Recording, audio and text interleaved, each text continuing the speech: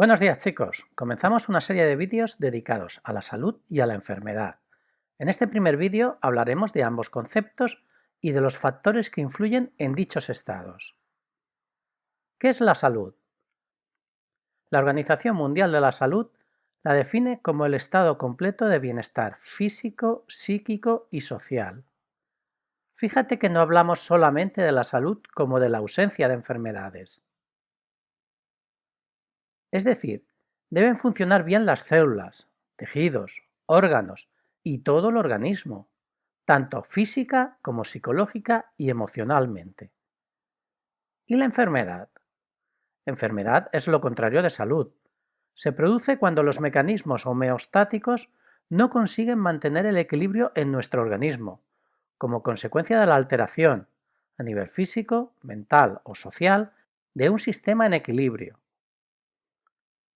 Algunos factores que afectan a este equilibrio y por lo tanto a nuestra salud o enfermedad nos vienen dados por nuestro propio organismo, como son la edad o nuestra información genética.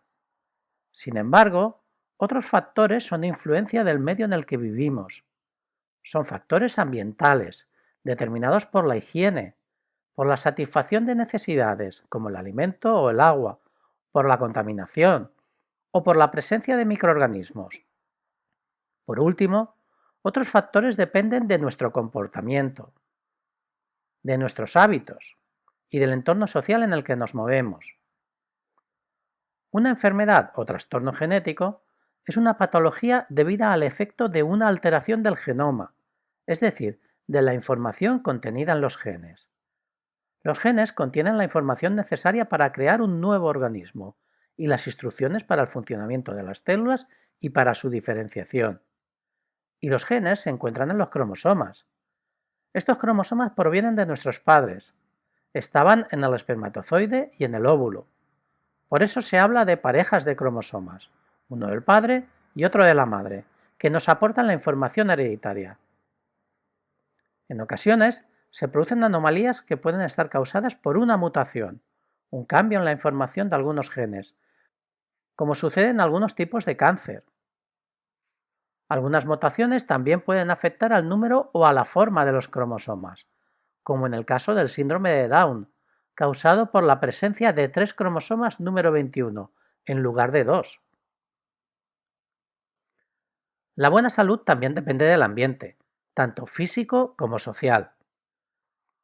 Una vida saludable pasa por saber dosificar las necesidades y los espacios de acuerdo a lo que disponemos. Además, debemos buscar el entorno adecuado que nos permita cuidar nuestro equilibrio.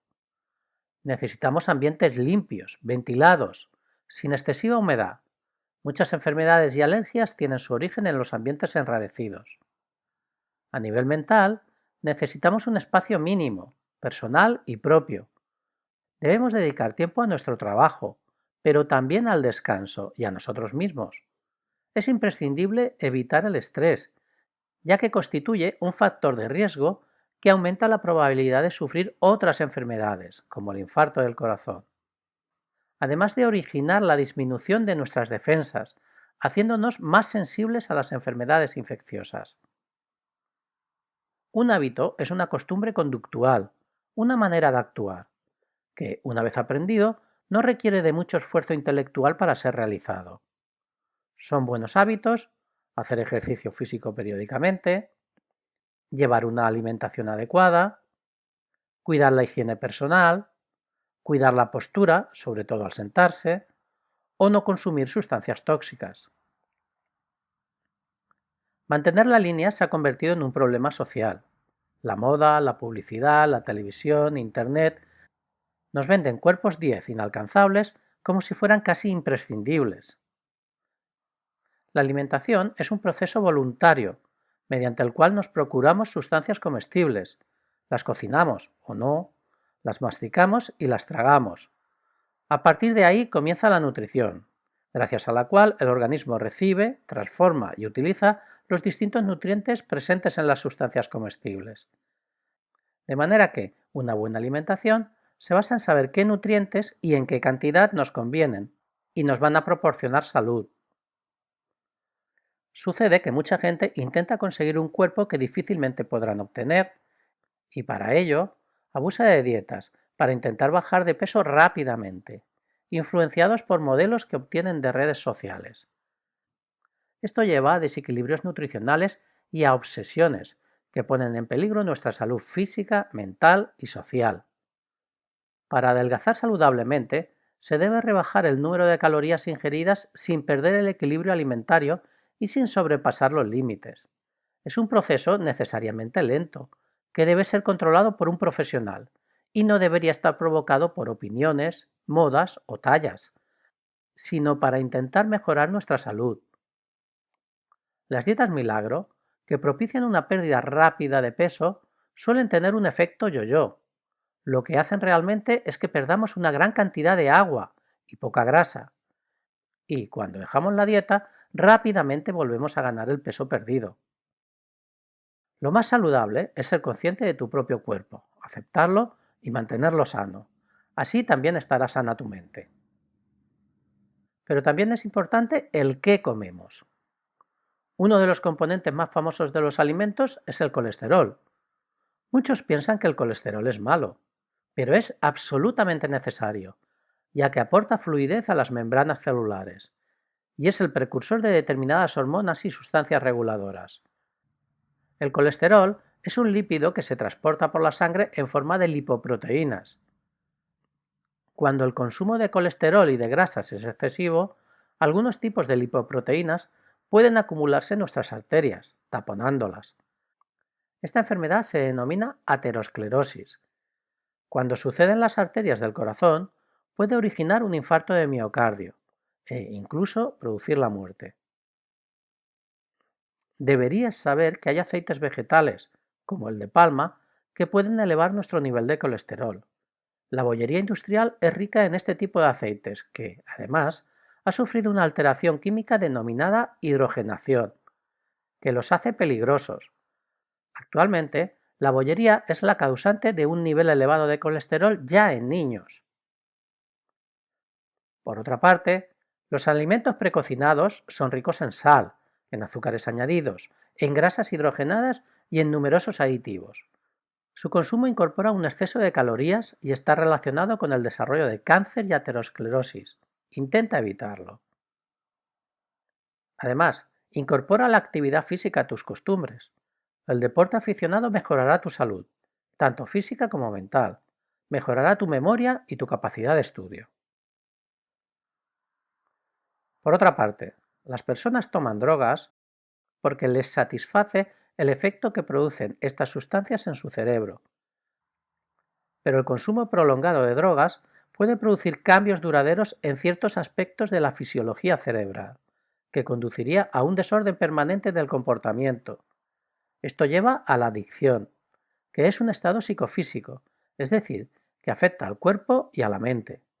Este cambio modifica el comportamiento a causa de un impulso difícil de reprimir por consumir sustancias adictivas para evitar el malestar que produce su ausencia. Este malestar se denomina síndrome de abstinencia. Hablamos de drogas ilegales, pero también del alcohol y del tabaco. Además, esta adicción también se asocia al juego y al uso desmedido de las redes sociales.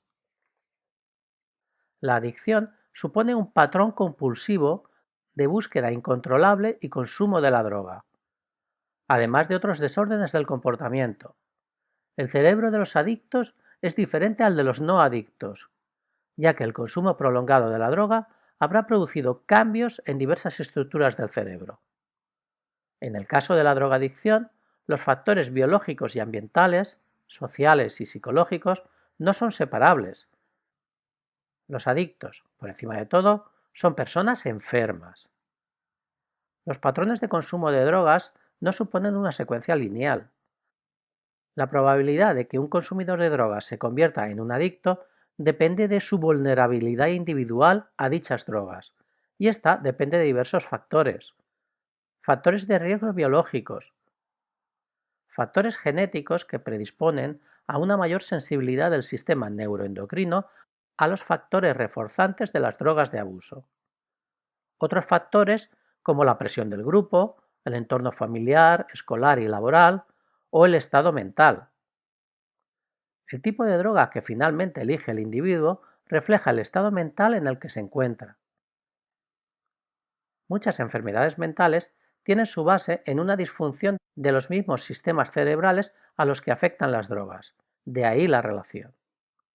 Pero la vulnerabilidad que tiene cada individuo ante una droga es desconocida por éste cuando se inicia en su consumo. Por ello, debe evitarse el uso de las drogas, ya que se desconoce si el patrón de consumo llevará al consumidor a convertirse en un adicto o no. Tal vez ya sea demasiado tarde. Y no olvides que uno de los síntomas conductuales que afecta a casi todos los adictos es la negación de que tienen un problema. No pasa nada, yo controlo. Bueno chicos, con esto concluimos el primer vídeo dedicado a la salud y a la enfermedad. Hasta pronto.